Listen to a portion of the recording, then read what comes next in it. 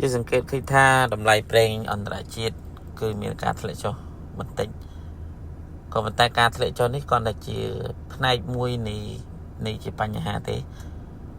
បន្ទាប់ពីលោកដូណាល់ត្រាំគាត់បានចេញសេចក្តីថ្លែងការណ៍ពីបទ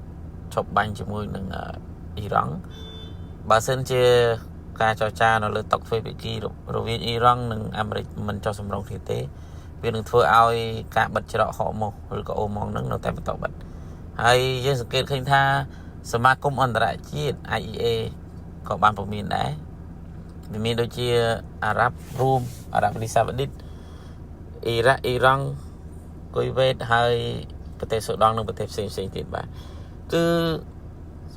ស្តុកប្រេងអាចផ្គត់ផ្គង់បានត្រឹម90ថ្ងៃទៅ100ថ្ងៃទៀតទេបើសិនតែនៅបន្តបិទច្រកអកម៉ូសនេះបន្តទៀតគឺកង្វះខាតសកលនឹងកើតមានឡើងបាទហើយកង្វះខាតសកលកើតមានមិនមែនត្រឹមតែប្រេងទេវាអាចទៅជាប៉ះដល់ការផលិតថ្លៃដើមឡើងថ្លៃ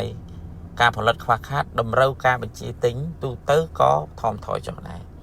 ឥឡូវនេះយើងចាប់ផ្ដើមសង្កេតឃើញថាអតិផរណាចាប់ផ្ដើមកើនឡើងហើយនៅពេលដែលវិបត្តិប្រេងនៅតែបន្តបាទគឺថាការ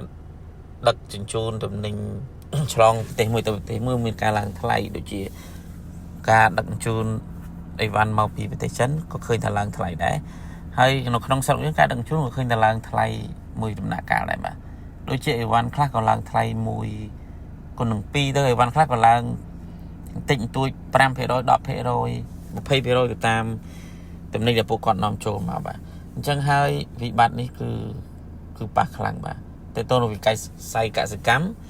ក៏ប៉ះខ្លាំងមែនទែនបាទដោយសារតែជីកសិកម្មគឺមានការឡើងថ្លៃតែតើនឹងការដឹកជញ្ជូនឡើងថ្លៃរបស់ជីកសិកម្មនិងផ្នែកដឹកជញ្ជូនក៏ឡើងថ្លៃវាធ្វើឲ្យប៉ះពាល់ដល់ការផលិតអញ្ចឹងការផលិតយើងនៅពេលដែលយើងប្រើប្រាស់ថ្លៃដើមថ្លៃការប្រកួតប្រជែងជាមួយទៅនឹងប្រទេសផ្សេងក៏យើងធ្វើឲ្យយើងពិបាកដែរបាទវាអាច